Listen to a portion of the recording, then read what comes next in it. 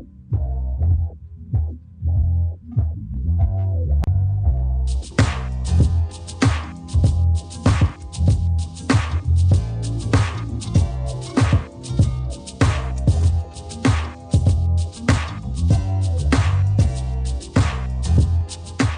much to talk about here. It's the quarantine version of the show, pretty much, and pretty much the last 2 months has been a quarantine, pretty much for myself and many other people, and wishing all of you a blessed and safe experience through these tough times for sure. And it's my pleasure. I want to introduce this cat's like a brother to me. We've known each other for a long time, for sure, and we know each other since we're little pups, learning the music of jazz. And he's one of the great alto saxophonists in the world today, that's for sure. And he was already sounding great when we first met back in the day at jazz camps, which was organized by Mr. Chris White, God rest his soul, Professor White, for sure.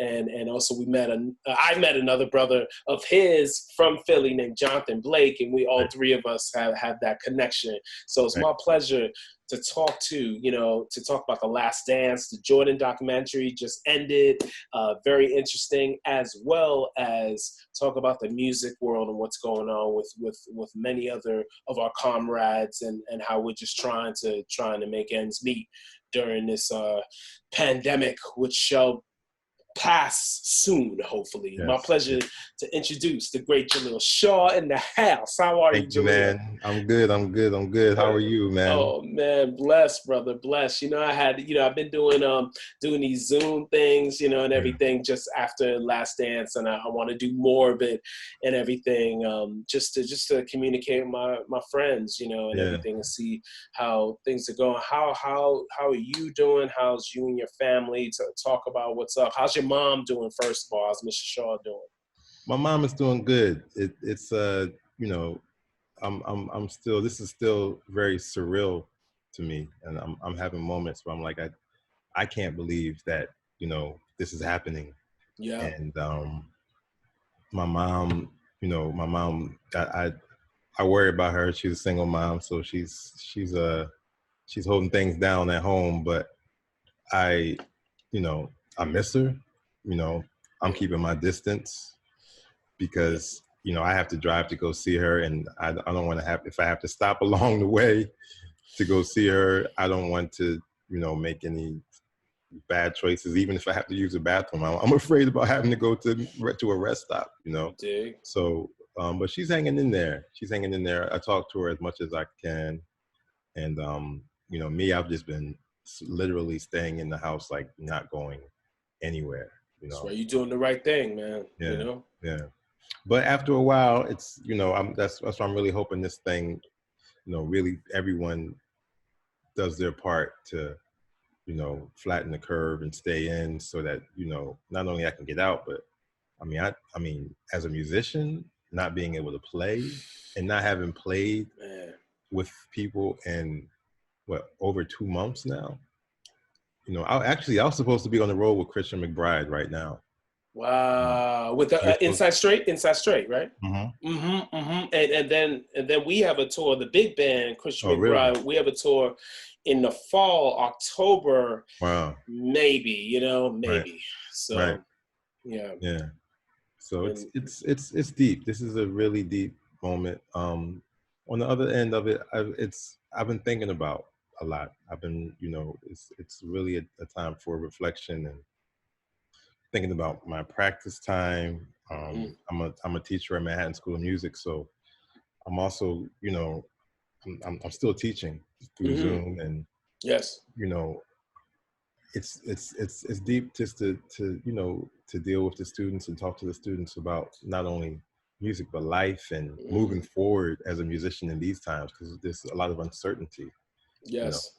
So there's just reflection about my life, about things that I've done that I feel like I'm blessed to have done. I'm like, man, I got to travel around the world.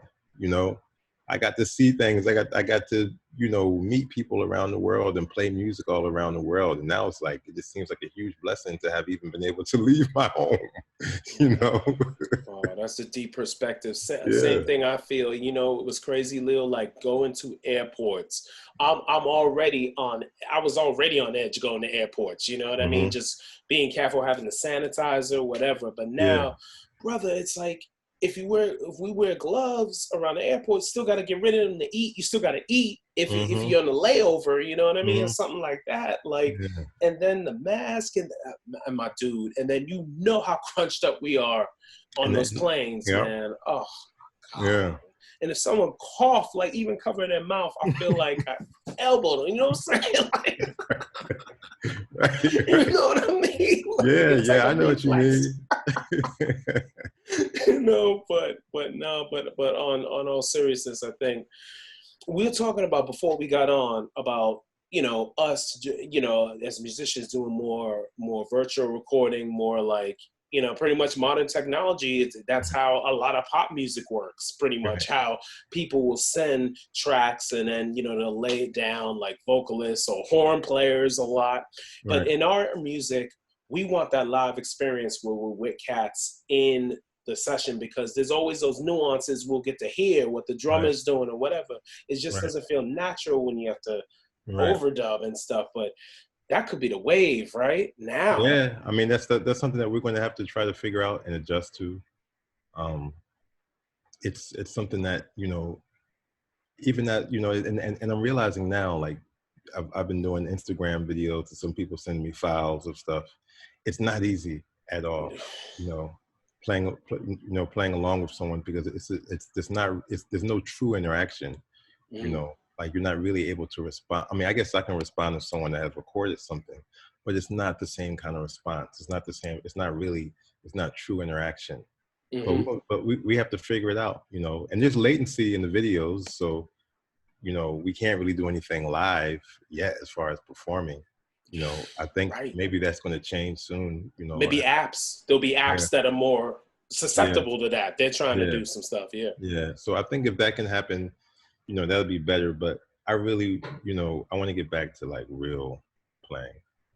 I really Yeah. want to get back to that. And, there's something, it's deep. I think I was playing online or something, or I was doing something online, and Bobby Watson saw it on Mm, Instagram, and he actually texted me, and he said, "Man, there's something about this music that's in the air that, when you go to a live show or when you're performing with musicians, there's something that's in the air that can't be duplicated." You know, and when mm. he said that, it was just like, you know, he's right. You know, it's not the same. So, I really hope that we can get back to this soon. It's going to be a challenge for us, for all of us. You know, Yes. but I think we all have to get on the same page, and we all have to really, this is a moment where you really realize that we really all have to care about each other. You know, Right. And appreciate each other. yep, Right. Right. we Right. have to. We have to care about the next man, whether or not you know him, or whether or not regardless of what the situation is, because this is all like containing this virus is about us, caring about the next person getting it. Mm-hmm. you know and I just really hope that and there's a lot to be learned from that too, you know about Mm-hmm. how one thing can affect everyone, you know and how if we don't care about each other and care about protecting each other, how it'll affect us as a whole, you know Real talk. Real yeah. talk. Oh, and Jaleel, well, I'm gonna give up your Instagram and everything. It's at Okay. JALEELSHAW at Yes. Jaleel Shaw is his Yeah. Instagram. Website is JaleelShaw.com. Yeah. So make sure to check out everything he's done, because this man is a brilliant musician, Thank you, man. brilliant person too as well, and everything is inspirational. And but Thank you, yes, bro. sir, yes, sir, Thank you. and Bobby Watson. I remember Bobby Watson. That was your idol when we met, Yep. and how we both like communicate with. I remember communicating with the other day, you know what I'm saying, Yeah, and everything. And he always looks out for us, the young he sure cats, does. He sure does. absolutely, you know. Sure does. No doubt, but The Last Dance. Now, what's up? What you think? What you think? And the picture on your Instagram with Michael Yeah, Jordan. With Michael right. Jordan. Tell me Yeah. about. Let's exchange Michael Jordan stories because I have mine like two different ones, Oh but I yeah. never got a picture with them. But I'll tell Oh you, no. yeah, I'll tell you the story. Yeah. But he didn't treat me like Scott Burrell though. No, he didn't treat me like that. So here's the thing. So the funny thing is, so a friend of mine, my roommate in college, he's a producer. He's like a MD guitarist extraordinaire, and his name is Natural. Berkeley College of Music. Yeah, Yep, yep, yep. from Berkeley. And he was working with Usher, and I mean, he worked with a lot of artists. He works with Ariana Grande now. And I guess he knows the people that were booking these Michael Jordan parties, and they had called him to do this Michael Jordan party, but he couldn't do it. So he recommended me. So I didn't really understand what the Michael Jordan party was. I didn't understand that it was going to be Jordan. I didn't understand the whole deal, but I did it. And I mean, he let me know later on that Jordan's going to be there. Like this is the real deal. That's right. So I went there. I played. It was me. I think I had a quartet. Me, Ben Williams. I don't even remember who else was on the gig. Mm-hmm. And what was in the city? In the city? In the city. Okay, it was in the city. It was like in the East Side somewhere, Upper East Side, and we played. And they gave us all a pair of Jordans, I think, like retro. We all got a pair of retro Jordans. And as we're playing, I start seeing people walk in. Carmelo walked in. Jordan Brand, yep. Yeah. Oh, is he Jordan Brand? Yes, sir. Okay. Yes, sir. Carmelo walked in. Victor Cruz? Okay. Walked in. Okay. Neymar walked in. Wow. Spike Lee was there. Mm-hmm. Steve Nash was there.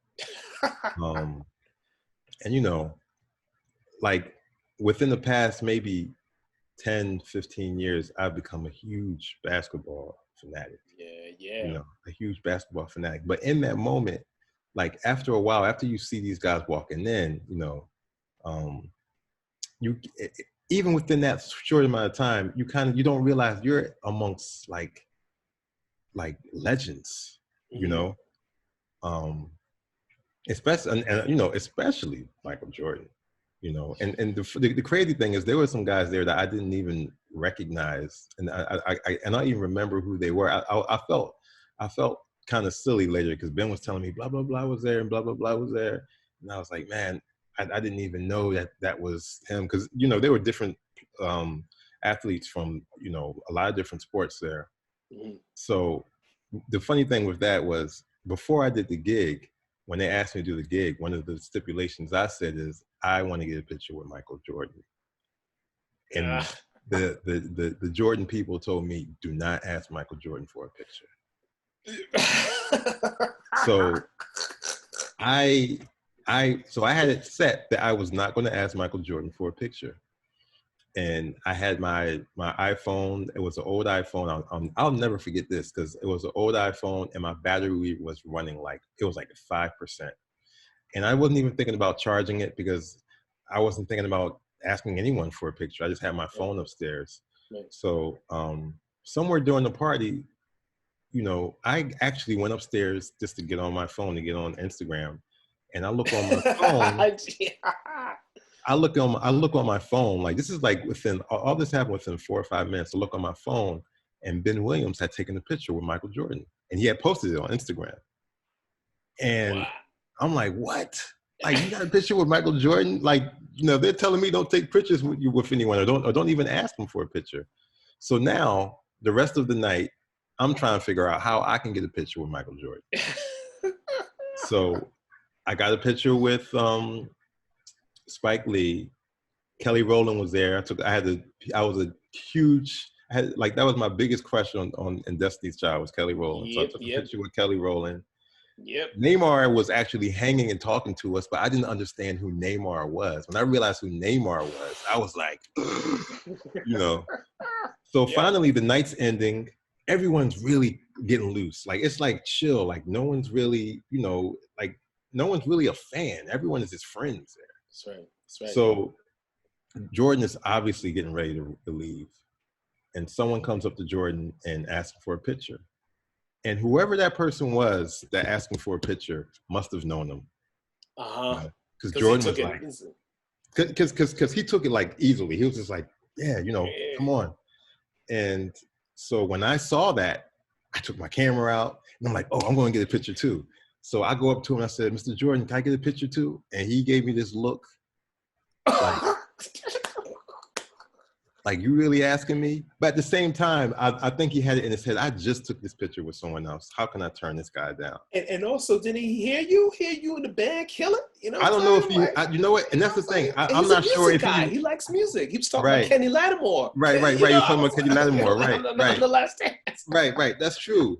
So at that moment, I wasn't even thinking that he even knew that I had been playing or whatever, or if he had been paying attention or whatever, you know, or if he even recognized me as someone that was playing. I'm just like thinking like, now I'm just here. Like, he may not have even remembered who I was. I was that saxophonist I was playing earlier.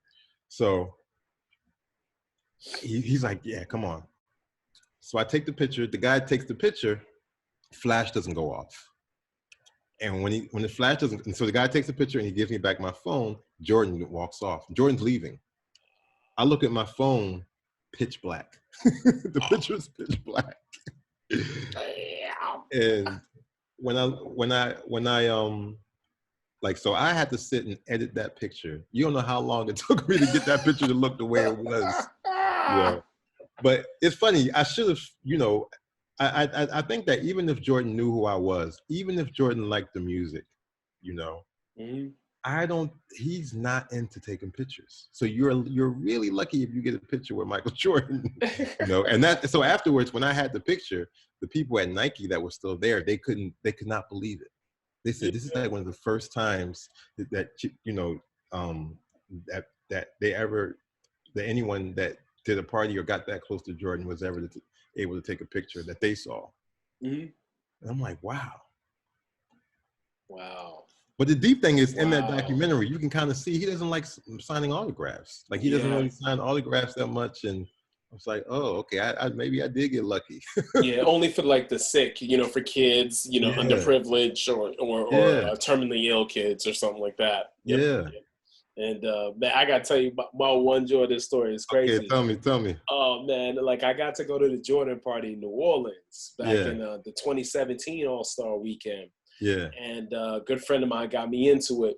And when I got there, it was you know, the Jordan brand parties where it's at. Everyone was there. Like, that's why I was able to get the picture with Karl Anthony Towns and Joel Embiid. And let me tell you, I don't, working in the business, you know, I don't ask for pictures with people unless it's a very chill atmosphere, chill, you know, like, so that's, you know, took pictures with them. Who else did I, Kemba Walker, who I've known Kemba since he was at UConn, like interviewing him with the Big East tournament and stuff. So, and Oak was there, and that was the week after Oak got escorted from the Garden. So it was right there. So Oak and Mike, and it was Mike's birthday that night. Right. And he turned 54 that night. Right. And him and Oak were smoking cigars, having a good time. And it was the first time I've ever been around Jordan. And what I said to him, I said, let me think of something. I said, okay, bet. So I said, hey, Mike, I gotta say, Anita Baker's Giving You the Best I Got. It's my favorite song too. Right. That's what I said. And he turned around and smiled. He was like, you know, like, because I remember he said it at Game 5 after he hit that shot of an ELO. Oh, really? in the 1990, Yeah. 89 first round. And I Yeah. remember in the interview, he said, I just listened to Anita Baker's Give Me the Best I Got. Wow. Like I Yeah, was like, yeah, yeah. and that's always like seriously one of my favorite songs ever. You know what I Right, mean? right. Like, so yeah, that's how. And then I asked him for a picture Yeah, later in the party. yeah, And he said, all right, maybe after. yeah. And then what happened was I just was, and then I ended up leaving the party earlier, and I should have stayed, because I ended up Yeah, going to another event. There was a late night event, but I still should have stayed. yeah, And yeah, got yeah. that picture because I heard Mike at the very end of the night around 2:30 a.m. was, like taking pictures with people and stuff. So Oh, I that's yep, and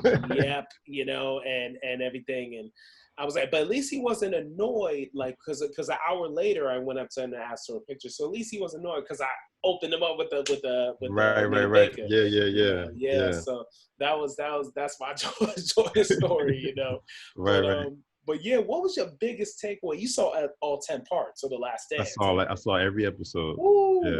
what were your three biggest takeaways? Your three biggest takeaways. Yeah. Man, I couldn't get over Pippin, man. I couldn't get over what happened to Pippin because I didn't know that, Oh, the And final shot? The final no, no, shot? no, no, With no, no, Kukoc? no. Oh, you knew that. I'm talking about his pay and Oh, everything that was going on with that. I didn't know that, and I didn't know about Jerry Krause at all. Yeah. That dude, yep. So, when it all started, when it first started, and he's talking about, I don't care if they go 82 and 0. Oh yeah, I don't care if they go 82 and 0, he's out. And I'm thinking like, About is this Phil for real? Jackson. Yep. Right. I'm like, is this for real? Did this really happen? Like, I thought maybe it was something, but as the series goes on and they're talking about their relationship, that really, I mean, this man was really, and the way Tony Kukoc was introduced and everything, that whole thing kind of like, I couldn't get over that. Yeah. You know? And it I was couldn't. it's crazy when Kukoc, the Olympics, when they got on him, Yeah. Kukoc showed in the championship game, though, the final, Right. that he came right back, Right. and like it didn't phase him. And I think they really like they said, like kind of like subtly that they respected Kukoc after that, Right. and then Right. Kukoc was a major part of that three-peat, no Right. question about it, Right. So Right. But the way I guess the way that they said he was trying to, it seemed to them that they were trying to make Kukoc the next guy, yeah, And I just thought, man, this is deep, man. I have my teams now. I just watched the Oklahoma game. Was that last night? They played Oklahoma versus Golden State when they lost. That OKC. Oh, game 7? Was it that game 7? Oh, game No, 6. it was Game game 6. 6. Woo, that's when Clay and Steph went off. Yep. And their Game season was on the line too. Yep.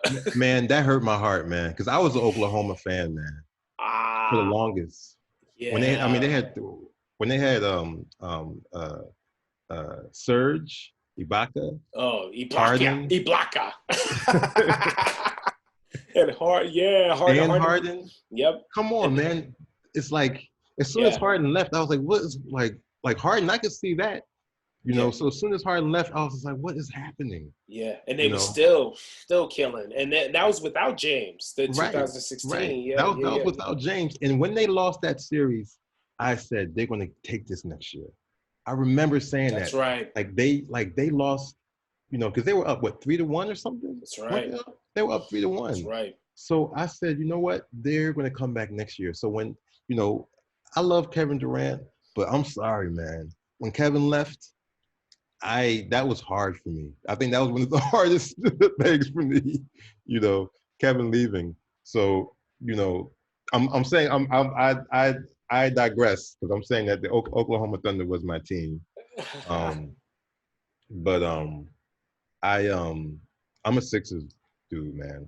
Still, the thing that I thought about with this Chicago team that I think about with teams a lot, and I think about that with the Sixers too, because I love the Sixers and I love the Sixers with Jimmy Butler, man. I thought they were awesome with Jimmy Butler. I loved them with Jimmy Butler, but when I I listened to the show with JJ Redick when he had Jimmy. I don't know if you heard that show where Oh he had yeah, Jimmy the Butler on. podcast. And when they're going in, I was like, oh, it was like that. Yep. So when you realize that how much chemistry how much of a part chemistry plays in the game, and you see that team, and you see how they interact with each other. What happened with Durant in Oklahoma City, and even him going to Golden State and not feeling comfortable there. It's like you really have to. It's like you have to really gel with these people. Regardless of even if it's a winning team, like if you don't have that relationship, it's not going to last. And I think that's the one thing, if you like, about this game that I realize is that they seem to work together very, the way they're talking about each other, and the respect they have for each other. It's like, I wonder if they could do that documentary about every team. Yeah, They right. probably, I mean, and we are talking about Michael Jordan, who was the GOAT, but I still think there's something about chemistry that has to be said, when it comes to teams, because again, when I heard Jimmy Butler talking about the Sixers, and then Brett Brown, the coach, he's really talking like Brett. Right. He's like, Brett, are you gonna say? When he said, "Does anyone have any questions or something?" and Jimmy was like, "No one's saying anything." What?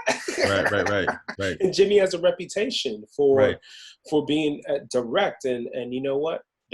I love that about him, and that's why the Heat, he's perfect with the Heat, with Pat Riley. That is no nonsense. That same type of mentality. Pat Riley and Eric Spoelstra, same type of thing. The Heat way, the Heat culture. Right.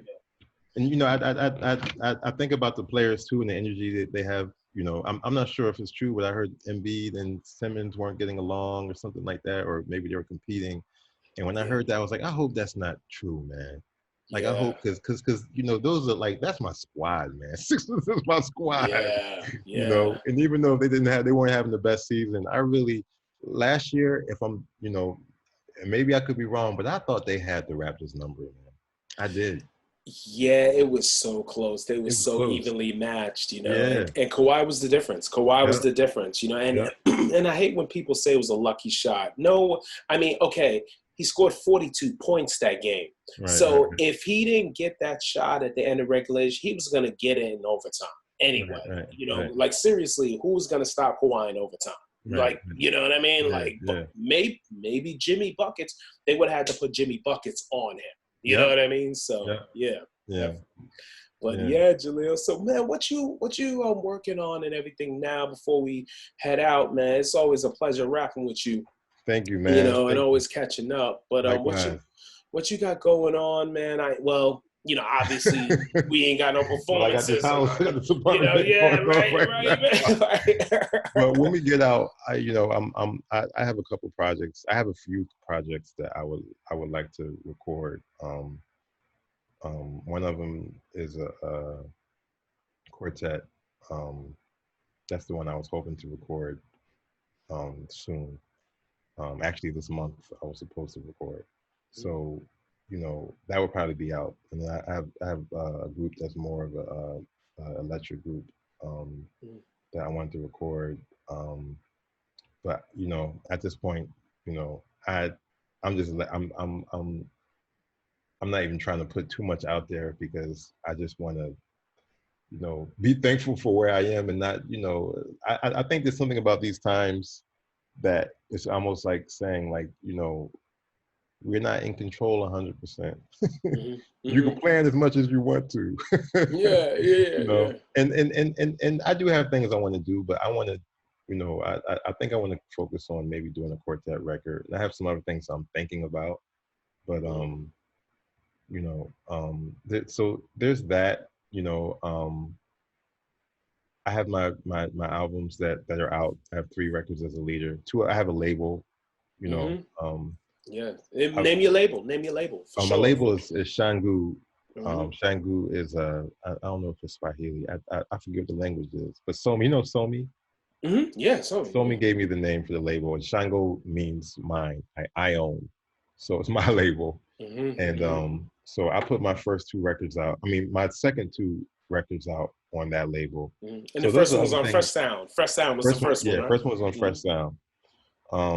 But I'm, right now, I'm really, I'm just thinking about ways that, I can transfer what I'm doing creatively to these times, so that might, and that's why, I'm saying, like, I don't even know if I can really say what I'm going to do now, because I'm trying to figure out what's, what I can do based on the circumstances I am in That's now. right. And keep the authenticity and organic, to keep it organic, Yeah. Mm-hmm. Yeah. And I think that's the challenge now that we're in, because we probably, all of us had goals, we had plans, like you had plans, I had plans for things I wanted to do this year, record, release, whatever. But now that, things have changed, it's just like, okay, and I'm thinking about the time that I spend, as far as practicing, because now I got time. Now there's no excuse, and there's I do have to think about what's I got to deal with the mental aspect of it, staying sane, but also just trying to focus. And I realize I want to write more. I want to practice more than I practice, and those are things that I want to get to now. It's just being a little bit more focused and more centered, and achieving things that I maybe didn't realize. Work on my weaknesses. Yeah. Yeah. Yeah, the same, brother. That's what's been good for me to be able to put, and also time management has been so important, because with my shedding, writing music for a record that I wanted to record in September, I just don't know, and especially there are a couple of gigs that I got pushed back to the fall. You know what I mean? So it's like, so I'm thinking, like, all the other cats that are going to be on the record, that their concerts are going to be pushed back to the fall as well. So I don't know, man. And then the second wave, so I just don't know what's going to happen. It just depends on the studio as well. Bunker going to be at Bunker Studio once again. Yeah. And that you were on the first record, Eclectic Excursions. Yes, indeed. Jaleel played on Exchanging Pleasantries. Yes, indeed. That's my that. What's the song? Exchanging Pleasantries. Yeah, yes, man, that's my tune, man. Oh, man, I appreciate that. Yeah, that's my tune. That's a great melody. If you want to play it on one of your records, let me know. I'll be happy. You gotta send me some charts, man. That's a great tune, man. Oh man, thank you, brother. Yeah. Oh man, appreciate you. Yeah. So and that's the great thing, and then the podcast, doing the podcast Where They At, been blessed to interview all these great retired Hall of Famers, athletes, elite. Yeah.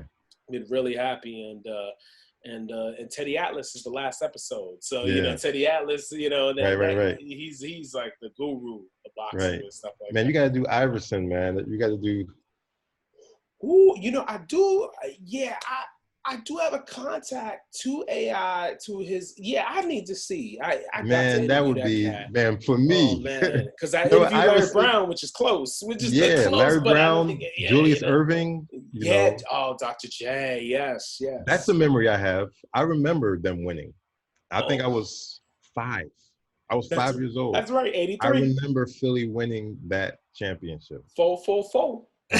Moses Malone, 4-4-4. Moses Malone, Maurice Cheeks. Maurice Cheeks? Maurice Cheeks. Yep. Andrew Toney. You know what I'm saying? Of course, Dr. J. Bobby Jones, all those guys. And it's so funny. Christian McBride, our mutual buddy, the great bassist Christian McBride. That was his birthday when they won. Really? May 31st, 83. So he was turning 11. 11 years old. They won. They won in LA. Won the title. Wow. Yep. And I was 5 years old. I remember we went out in the streets and people were screaming and going crazy. I'll never forget that. Yeah. Wow. Wow. And that's, I was just saying, when I was watching those Bulls championship, at those games, when they win, I said, I want to see that in Philly one day, man. I just want to, I mean, not see. I guess I saw it when I was 5, but I want to see it as an adult. Yes, yes. And for me, the Knicks, they ain't winning my lifetime. You know what I'm saying? They ain't winning my and they're far from it now, man. Right. Like just it's a Yeah. rebuild, it's a continued rebuild, you know. Yeah. It's like Yeah. it's nuts. But that, I learned a lot about management in this one too, and about, I thought about the Knicks too the whole time, like especially when they were playing the Knicks, because y'all had a squad, it's right in the 90s, yep. Yeah. When I watched those games, now those games I didn't see with Jordan and I mean that era, Yeah, I didn't see, but just watching those, I mean, with Stockton, and it's like, they had a squad. Yeah. The Pacers had a squad. Yeah, and then it's funny how Mike said the Pacers were the toughest series that they Yeah. had, which kind of it took them to 7 games. Yeah. Like he said, the Pistons and the Pacers, which are the two teams. Yeah. Those are the two teams that took Mike to 7 games. Absolutely, I think. Yeah. Pacers once, and then the Pistons 7 games twice. Yep. Right. I think. Wait, he did 3 game 7s. Oh, I'm bugging out, Leo. He did. The Knicks in '92. So it's Knicks in '92 in the Eastern Conference semis. The Pistons in '90 when they beat the Bulls, and then the '98 Pacers in the final conference final. Right. Yeah, those are the only 7 games Jordan had. I know the other squad, the other team that was my favorite team back in the day was the Supersonics. Oh, of course, Rain Man. Peyton. Yeah. Gary Payton was like, I think he was probably my favorite player. Back in the day. Wow. So watching that series and just like, because those are to me those are still my heroes. But they don't talk about them as much as the people that actually win the championships. But those Gary Payton, Dominique Wilkins, like those are my. We all, and there's that controversy, that '88 dunk contest in Chicago when, Neek, a lot of people say Neek won it, so, but the whole town cooking Jordan had, Chicago. Right. And I love the reaction when he was talking about Peyton said that he gave Jordan trouble, and Jordan was looking at the iPad. I had no trouble with it. And he was like, the laugh, he was like, right.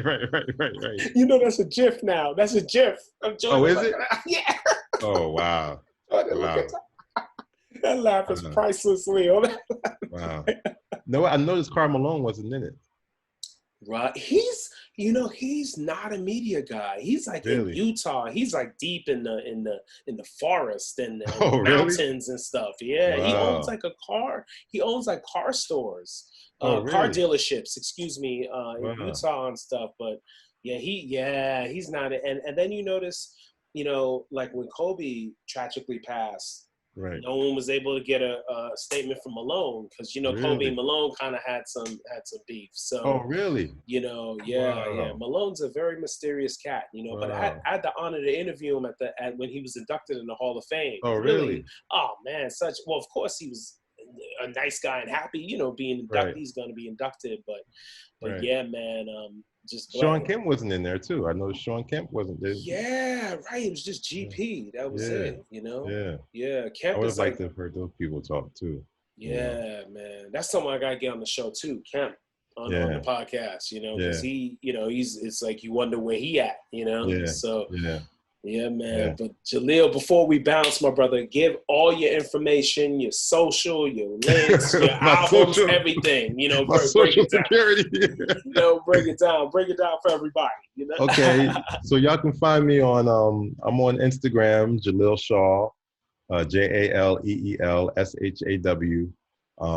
Facebook is Jaleel Shaw Music. Twitter is Jaleel Shaw. I have 3 albums out. First one is called Perspective. The next one is called Optimism. And the last one is called The Soundtrack of Things to Come. And JaleelShaw.com, I guess, also if people are viewing, I'm doing a Blue Note thing this weekend, a live Blue Note show. Oh, okay. With your band? No, not with my band. I'm going to be doing it solo from my house. Oh, okay. It's going to be like an Instagram live stream. Okay, because remember, Nick had people with him in the studio when Nick did it. Oh, Nick He had did the he had a Blue Note one? trio. Yeah, he had a trio Wow. with Jameson Ross. I forgot Yeah. the bassist name, and Nick. Yeah, and they were in the studio, but practicing social distancing. So, Right. and the bassist, I don't know, Jameson had a mask, but the bassist had a mask. Wow. Yeah, but yeah. Yeah, So I'm you doing solo, man. are you with tracks? With some tracks? Are you putting some No, tracks? Oh, okay, no, straight solo. straight Ooh, solo, killing. straight solo. So that's on Saturday at 6 o'clock on the Blue Note Instagram page. Okay, nice. So, Saturday, May 23rd. May 23rd. 23rd, right? Yeah. Yep. Cool, And on the cool. 25th, I'm doing a Jazz Gallery artist hang, where I'm just going to be talking about my career and playing some music that I'm listening to a little bit. So Nice, yeah, nice. Yeah, I know you had your DJ debut too. I did, and actually I want to do more DJing stuff now. Now I'm like I'm online looking at DJ equipment, like ooh, I like this. Yes, I like playing the DJ. So that's right. And all the IGs going on. You have D yeah. Nice, and you You know what? have Yeah, Knife Wonder, and you have yeah. Ninth Questlove, of Wonder is doing it. course. Every night. Oh, I didn't know that. Ninth Wonder is. Yep. Oh wow, I'm gonna have to Yeah, check that out. exactly. Oh man, it's Wow, crazy. And it and, is and crazy. Evil D too, DJ Evil D. What? Evil D's Yeah, doing it? exactly. Oh come All the on, man! I cats, didn't know all the that. cats. And then uninterrupted. Bronze company. Bronze um multimedia platform. Uninterrupted has a Yeah, DJ once in a while and stuff doing things. really? So yeah. I gotta So check it out, man. I didn't know about Ninth Wonder. Now you're gonna have me on Instagram late night. I know, right. And Watching. Quali too. Quali Really? spinning. Yeah, Talib Quali spins. Yep. Wow. Wow. Okay. Yeah, man. I'm gonna have to check that out. So, I yeah, like the Versus show too. I watched the Jill Scott and Erica yeah. Badu. And last night, and Luda and I Nelly. missed that one. I listened to Luda Yeah. and Oh, Nelly. Luda. And Nelly kept having technical problems, Yeah, that's man. what I heard. Yeah, technical I was problems. like, Right, but right, but he knew what was going on. I mean, Luda got more right, hits. Come on now, right, I mean, right. Yeah, but Jill and Jill and Erica Badu, their sales, their streams and downloads yeah. went up threefold Really? since that, threefold. Wow. And their catalogs are so diverse. I bet Right. you it's spread evenly through their different eras of their career. You know what I mean? Like, And that was a deep thing. Like I didn't realize. Like with everyone that does a video that does the verses, I'm not realizing how many hits they had. I watched the RZA and the DJ Premier one. I'm like, man, yeah. guys like had hits.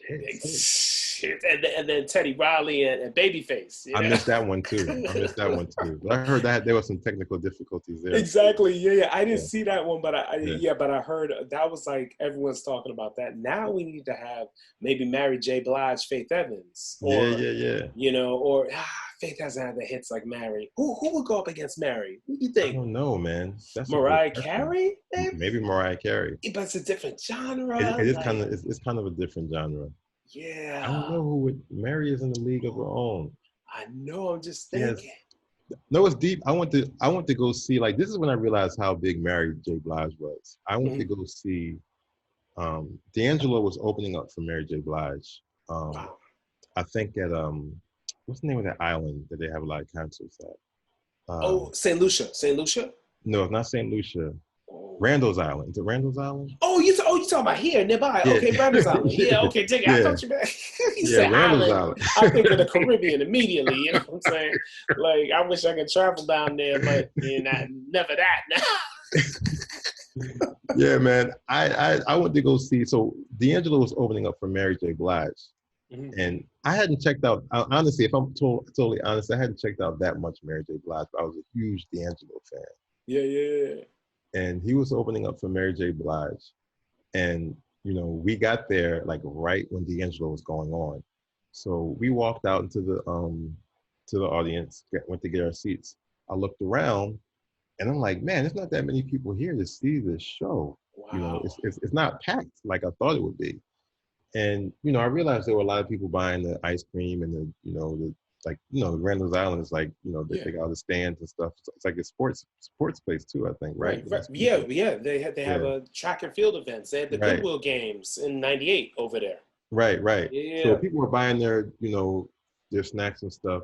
So the D'Angelo show is killing. It's amazing. You know, so and that's what I really went there for with D'Angelo. So D'Angelo does his set. It was short. It was like maybe 40 minutes, maybe less than that.